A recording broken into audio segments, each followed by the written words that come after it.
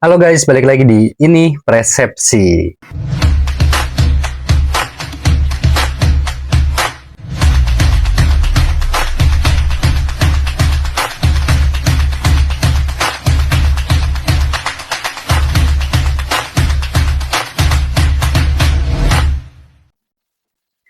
Oke, di ini Persepsi kali ini gue ingin mencoba membahas terkait masalah emosional.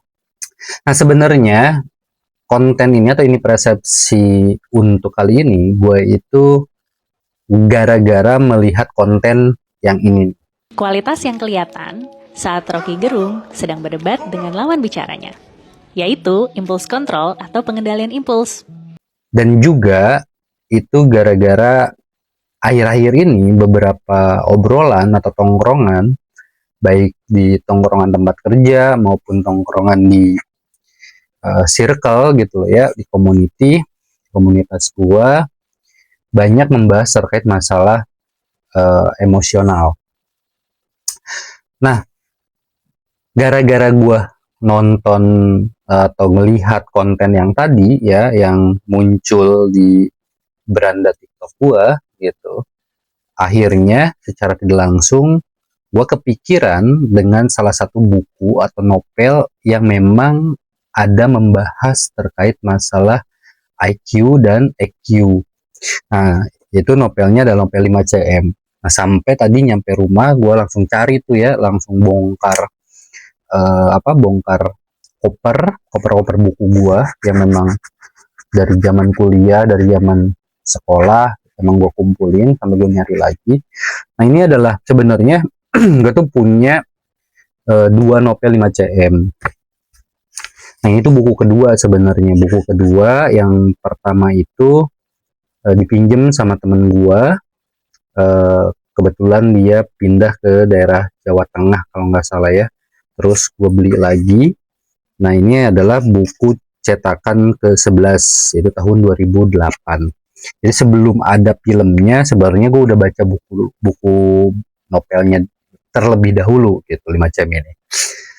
Nah, ketika zaman SMA, ada senior gua gitu ya, kakak kelas gua yang memang meminjamkan bukunya ini atau novelnya ini. Dan gua baca selama 3 hari dan gua tertarik, akhirnya gua beli dan gua baca lagi. Nah, memang keren banget ya novelnya, gua akuin, termasuk novel bestseller juga. Ini adalah buku kelima atau novel kelima yang gua punya ketika zaman itu. Nah, balik lagi kepada konteks ini persepsi kali ini. Nah, jadi gara-gara konten tadi yang muncul di TikTok gua terkait masalah emosional yang menjelaskan, dia menggambarkan posisi Rocky Gerung di dalam sebuah acara gitu ya. Nah, gua ke-trigger, gua ingat gitu, oh, gua harus cari nih buku 5CM. Karena memang di buku ini, di novel ini gitu, itu ada yang menjelaskan salah satu partnya atau salah satu babnya menjelaskan terkait masalah EQ dan IQ, yang mana itu berhubungan terkait masalah emosional yang ditokohkan atau diperankan oleh si Ian gitu. Kalau misalnya di filmnya si Ian itu Seikoji ya, yang perawakannya gemuk gitu. Nah, itu tokoh si Ian kalau dalam novelnya. Nah, gara-gara itu tadi dan di lingkungan akhir-akhir ini gitu ya, baik lingkungan tempat gua kerja beraktivitas maupun tongkrongan komunitas dan segala macam, memang di obrolannya itu lagi sangat erat bahasanya itu terkait masalah emosi. Nah, dari itu semua gua memutuskan ingin bikin konten ini persepsi terkait masalah itu. Minimal gue melihat emosional, pemahaman emosional dalam konteks persepsi gue gitu. Nah, sebenarnya di novel 5CM ini, kita bahas di novel 5CM-nya ya, itu ada di part atau paragraf 5. Kalau nggak salah tuh ya. Bentar. Saat si Ian, si tokohnya Ian ini, dia lagi mau ngejar skripsi gitu. Skripsinya dia yang memang sudah molor panjang lah gitu ya, skripsinya dia molor panjang. Nah, itu dia mengalami berbagai macam masalah. Nah, salah satu pembahasan skripsinya Ian ini itu menyangkut metode IQ dan EQ, intellectual intelligency. Bentar, gue takut salah. Ya, intellectual quotient IQ dan emotional quotient. Nah, salah satu skripsinya si Ian itu membahas itu. Nah, diceritakan kalau dalam novel 5 cm ini, si Ian ini berkali-kali mengalami kendala dalam proses penyelesaian skripsinya gitu. Sampai pada akhirnya dia datang lagi ke dosennya untuk menyampaikan laporan progres, laporan dari skripsinya. Nah, pada pertemuan ke beberapa kali ini, dan memang dia gagal untuk menarik data dengan berbagai macam kuesionernya gitu ya, bagian dari pengambilan data sampling untuk kelengkapan skripsinya, ya ada obrolan atau percakapan dengan secara garis besar si dosen itu ngetes kepada si Ian terkait materi atau pembelajaran yang memang dia mau angkat di skripsinya. Salah satunya mengenai IQ dan EQ, intellectual quotient dan emotional quotient. Nah, ada kaitannya dengan video tadi gitu. Dengan video yang gue tonton, akhirnya gue pengen bikin ini persepsi kali ini. Nah, karena memang hari ini gue merasa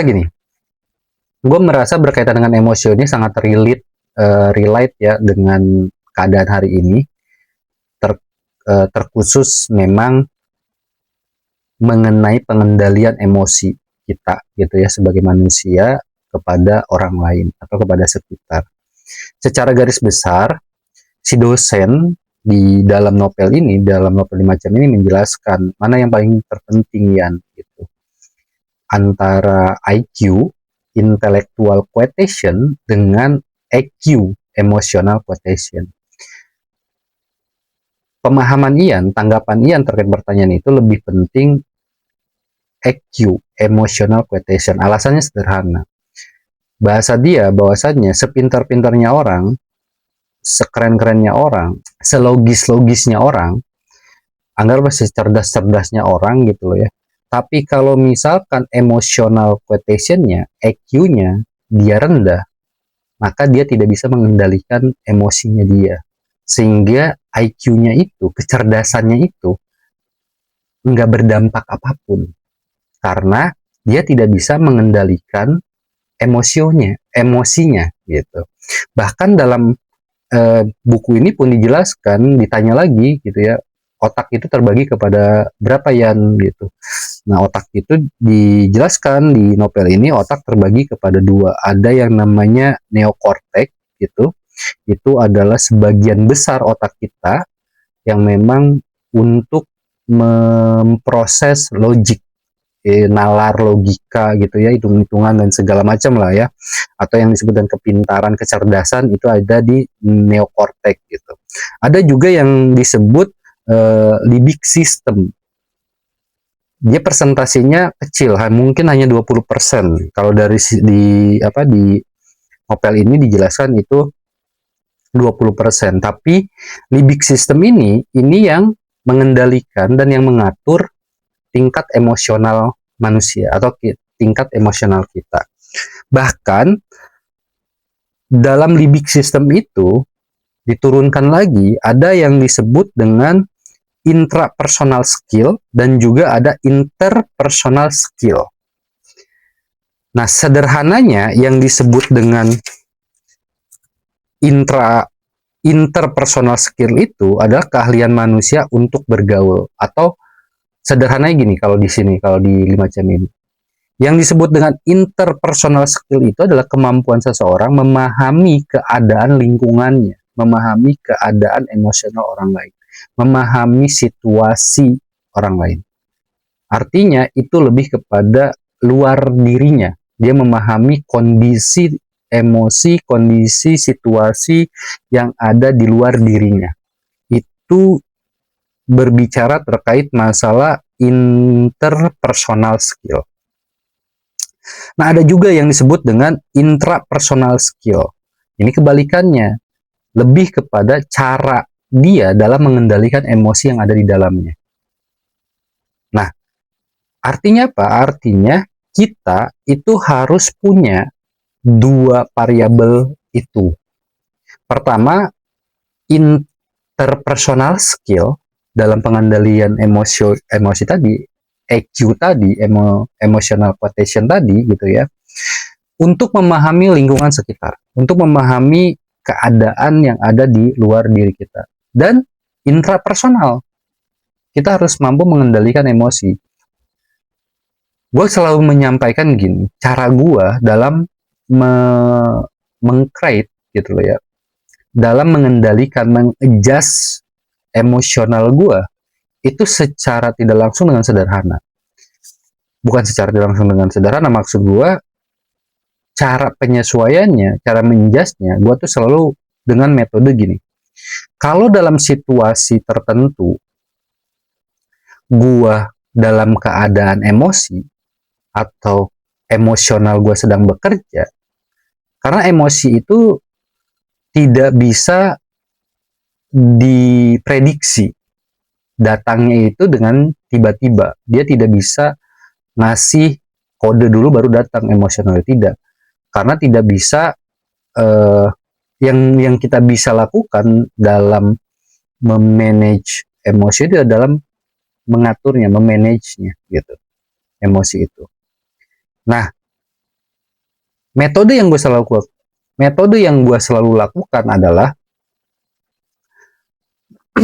gue selalu menunda beberapa detik atau beberapa hari atau beberapa jam ketika dalam keadaan emosi. Contohnya gini, ketika emosi lu lagi datang, ingin meledak-ledak, nah pada proses datangnya itu nggak bisa bos diprediksi. Tapi untuk bisa meledak atau tidaknya itu kita bisa mengendalikan. Itulah yang disebut dengan kecerdasan EQ, yang punya intrapersonal skill ataupun interpersonal skill. Sehingga kita bisa mengendalikan emosi kita. Nah, kalau dalam kasusnya gue itu, kalau gue tuh selalu menunda keputusan atau apapun yang mana gue tidak langsung mereaktif itu.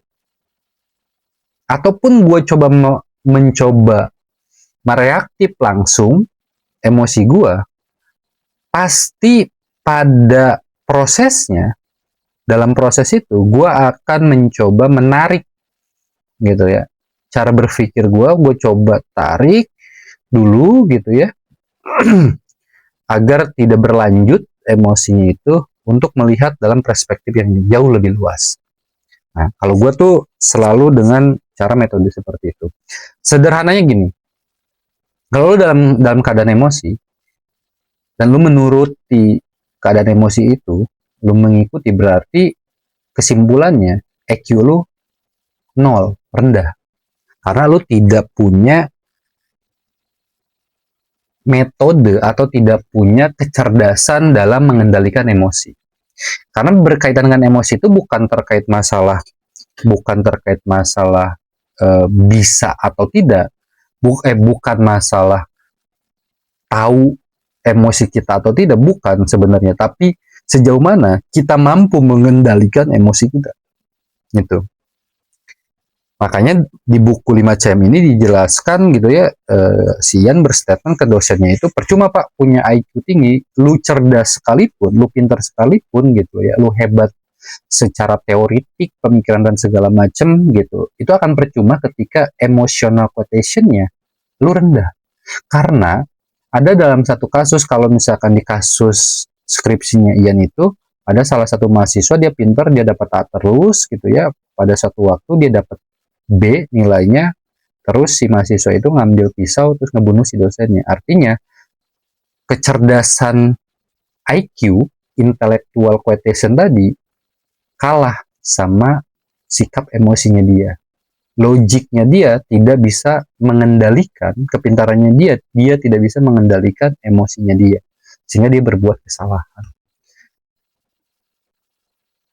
Nah, kaitannya dengan lingkungan yang gue sedang lihat hari ini, yang sedang gue alami hari ini, banyak orang yang pintar secara IQ, tapi mohon maaf gitu ya, secara EQ-nya dia rendah. Kenapa? Karena dia tidak bisa mengendalikan emosinya.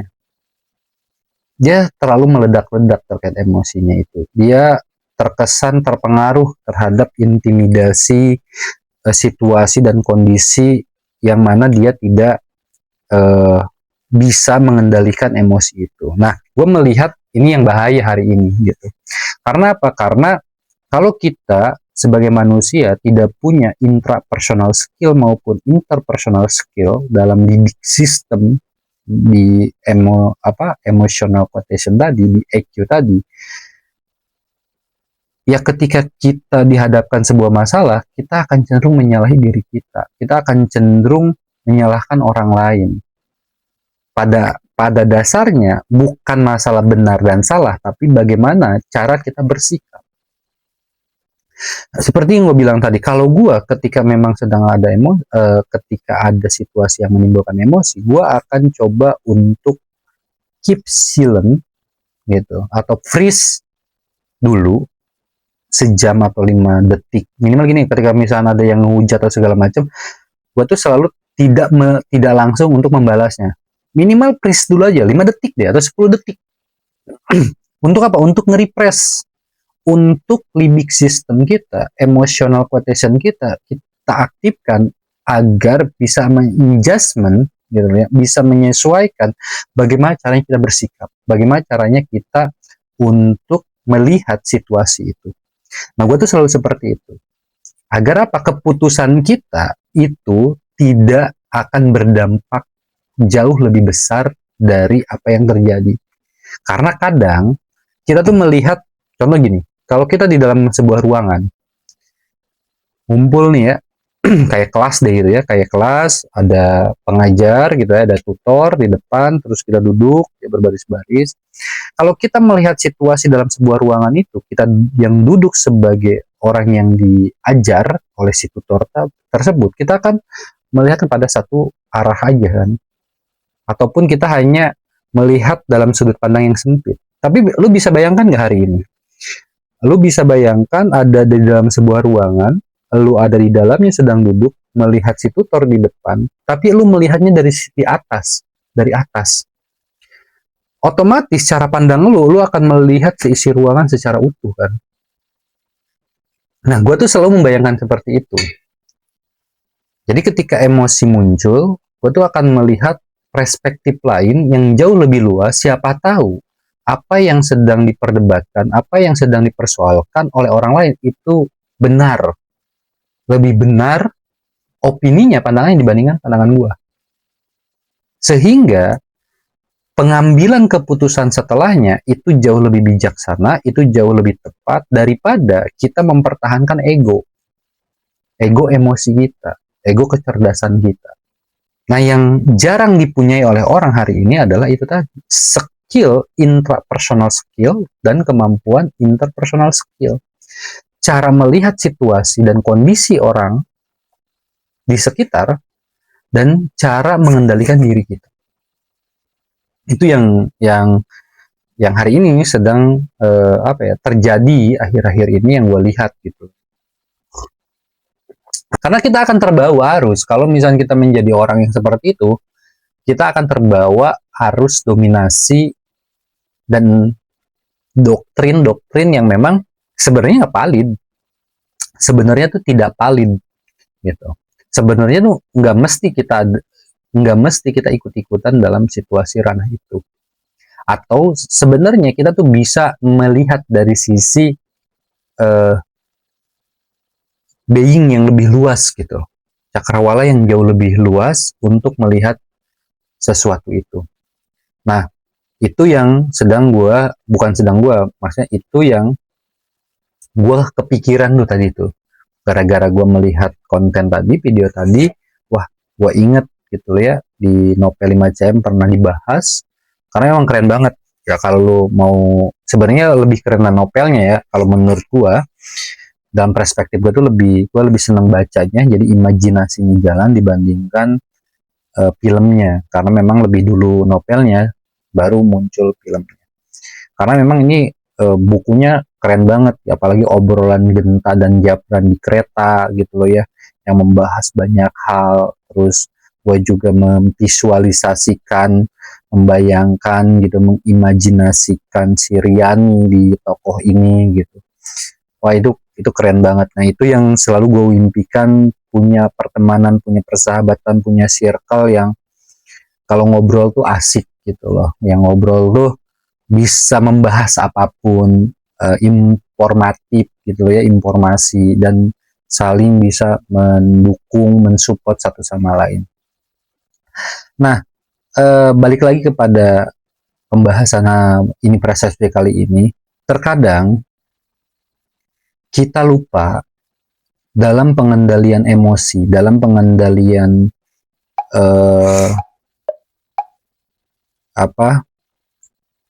kerentanan mentalitas kita melihat sesuatu itu, kita itu selalu melihat pada sudut pandang A, B, atas, bawah, hitam, putih, yang kecenderungannya, referensinya itu mereferensi kita.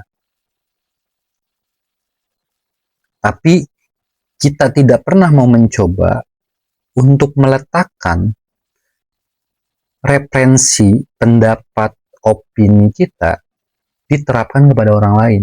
Sederhananya gini, kalau misalkan menurut kita punya argumen A, berdasarkan perspektif kita, A itu mengenai sesuatu, bisa nggak kita coba pakai pisau analisisnya menurut dia, menurut orang lain, dalam melihat sesuatu itu perspektifnya seperti apa, pendapatnya seperti apa.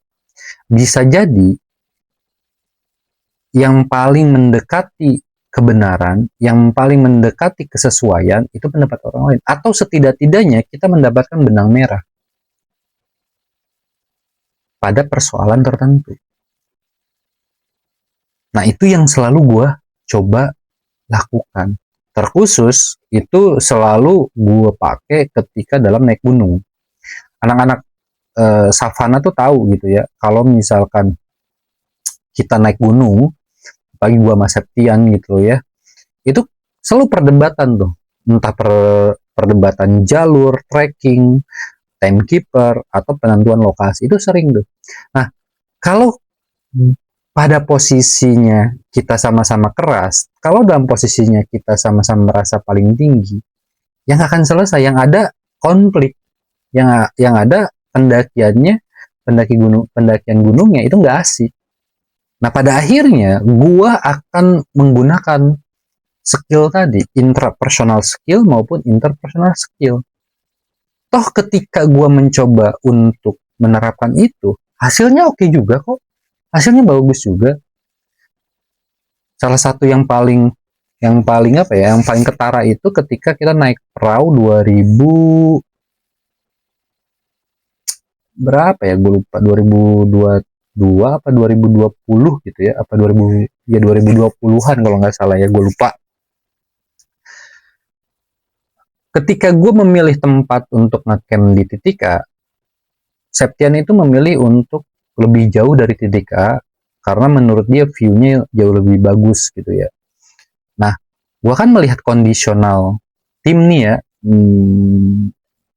kondisional anak-anak, karena anak-anak nggak bisa untuk, menurut gue harus segera bikin tenda, harus segera untuk cooking gitu ya, bikin makanan gitu, agar kondisi anak-anak yang drop itu bisa stabil lagi. Nah, gue melihat dari sisi itu. Yang menurut gue, Septian melihat dari sisi estetik, melihat view, melihat bagus secara konten, secara pengambilan gambar dan segala macam. Lebih kayak gitu lah. Gue merasanya kayak gitu. Ada perdebatan di situ, ada perdebatan. Nah, kalau itu terus dilanjutkan antara yang benar atau antara kebenaran menurut gue atau kebenaran menurut Septian, yang ada hanya perdebatan yang muncul di sana. Dan pada akhirnya menimbulkan konflik. ketika menimbulkan konflik, perjalanannya, situasinya sudah tidak mengenakan. Maka mau tidak mau, gua untuk mengendalikan emosional gua, untuk memilih mengikuti pendapat dan opininya Septian untuk memindahkan titik ngecamp pendirian tenda kita yang memang direkomendasikan oleh Septian. Pada akhirnya itu juga menurut gua ketika itu terpasang dan segala macam, oh iya bagus juga ternyata di sini. View-nya lebih dapet gitu ya, view samudra awannya, view gunung yang lainnya yang terlihat di Gunung Prau gitu. Nah, itu adalah salah satu yang selalu gua terapkan. Intinya kalau misalkan ada perdebatan, ada konflik, minimal gua untuk nge-freeze dulu deh, diem dulu. Tidak langsung memutuskan sesuatu, tidak mereaksikan sesuatu itu secara langsung, gue coba untuk memberi ruang agar logik dan emotional quotation EQ gue itu stabil dulu, agar sehingga kalau itu dilakukan, keputusan yang gue ambil, pemikiran yang gue ambil itu bisa dipertanggungjawabkan secara utuh. Makanya gue selalu bilang jangan ambil keputusan ketika emosi lu lagi memuncak, karena itu bukan logik, itu bukan dasar pemikiran di diri lu, itu emosional yang lu nggak bisa kendalikan, sehingga keputusannya itu nggak bisa dipertanggungjawabkan menurut gue, karena lu memutuskan sesuatu ketika emosi, apalagi dalam dunia perdebatan gitu ya, debat, diskusi dan segala macam itu kan rentan ya, rentan emosi. Nah itu tuh kita bisa lihat orang yang jago intrapersonal skill dengan orang yang tidak jago gitu, dalam pengendalian emosinya. Nah ini rentan terjadi di lingkungan kerja, di lingkungan tongkrongan dan segala macam. Ya intinya apapun, ketika lu sedang mengalami situasi emosi yang lagi sedang naik, coba jangan dulu ambil keputusan apapun. Lu freeze dulu, lu diem dulu gitu loh ya, agar itu semua tenang, baru lu lihat dalam perspektif yang jauh lebih luas. Itu yang pertama. Yang kedua, jangan memperdebatkan benar salah antara A dan B. Karena masing-masing perspektif itu punya kebenarannya masing-masing. Harusnya bukan untuk memperdebatkan kebenaran A dan kebenaran B, tapi lihat dalam perspektif si A melihat sesuatu itu seperti apa, dalam perspektif kita melihat sesuatu itu seperti apa. Dalam sudut pandang dia melihat sesuatu kayak gimana, dalam sudut pandang kita melihat sesuatu kayak gimana. Dia berangkat dari landasan apa, kita berangkat dari landasan apa. Toh pada akhirnya, gue sangat yakin nanti akan ketemu titik benangnya. Oh di sini loh. Nah harusnya kita itu melihat di situ, bukan kita memperdebatkan, mempermasalahkan pada sesuatu yang bukan substansi. Yang ada ego pak ego, akan beres bos kalau kayak gitu. Karena apa? Sehebat apapun lu, yang gue bilang tadi ya, sehebat apapun lu, sepintar apapun lu mau jadi leader, lu mau jadi bos, lu menjadi apa ya, presiden di sebuah company atau apapun, karena ini penting. Kalau lu nggak punya emotional quotient, EQ yang baik gitu loh ya, cara pengendalian emosi yang baik, maka semua yang lu punya kepintaran itu nggak akan berarti apapun. Ya kita bisa melihat arogansi seorang bos gitu loh ya, seorang CEO sebuah perusahaan, walaupun dia cerdas dalam membangun perusahaannya, tapi dia tidak punya emotional quotationnya, dia tidak punya intrapersonal skill, dia tidak punya interpersonal skill yang baik gitu, ya dia akan dijauhi oleh timnya. Nah itu sebenarnya tanda bahwasannya ada yang salah dan harus segera di adjustment. Karena sebaik-baiknya orang, sebagus-bagusnya orang adalah orang yang mampu mengendalikan emosi. Itu aja dari gua di ini persepsi kali ini. Ya kita berdiskusi aja. Ini persepsi gua. Mungkin teman-teman juga punya pandangan lain terkait masalah demikian. Ya silahkan. Boleh diperdebatkan di kolom komentar. Ini ruang terbuka, tapi balik lagi, jangan membawa perasaan personality dalam memperdebatkan sesuatu, tapi menggunakan dasar pemikiran agar sesuatu itu bisa tumbuh jauh lebih baik lagi dan bisa dipergunakan untuk semua orang, bisa memberikan dampak kebaikan untuk semua orang. Persepsi gue bisa salah juga bisa benar, persepsi gue juga bisa salah bisa benar. Apalah artinya sebuah perbedaan kalau kita bisa saling menyatukan. Thank you guys udah nonton di ini persepsi kali ini. See you, bye bye.